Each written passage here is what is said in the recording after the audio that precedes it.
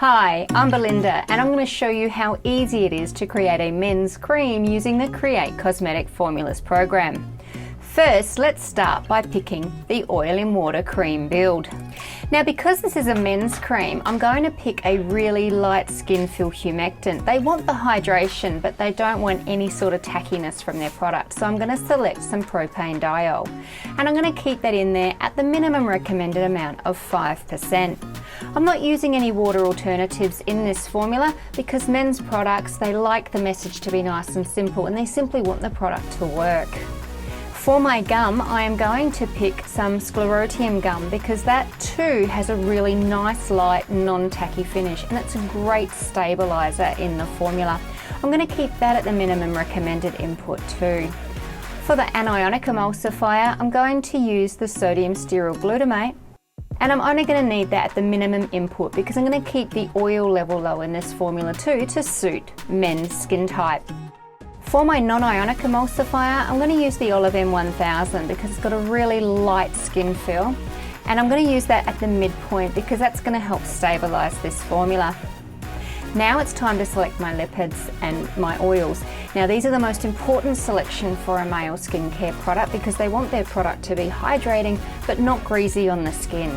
So I'm going to be picking some Cetiol C5 because it's really light on the skin. I'm going to put a bit of hemp seed oil in here to suit the male skincare market. I'm going to use most of the Cetiol C5 in this formula so the formula feels really light on the skin, but a bit of hemp seed oil there for the marketing story. For the preservative, I'm going to pick a really common and effective preservative, Yuxil PE9010. For the essential oils, I'm going to be picking some lemon-scented tea tree oil so it's got a nice cleansing, balancing effect on the skin, but also some sandalwood and some orange so it balances out a nice aromatic profile for a male skincare product.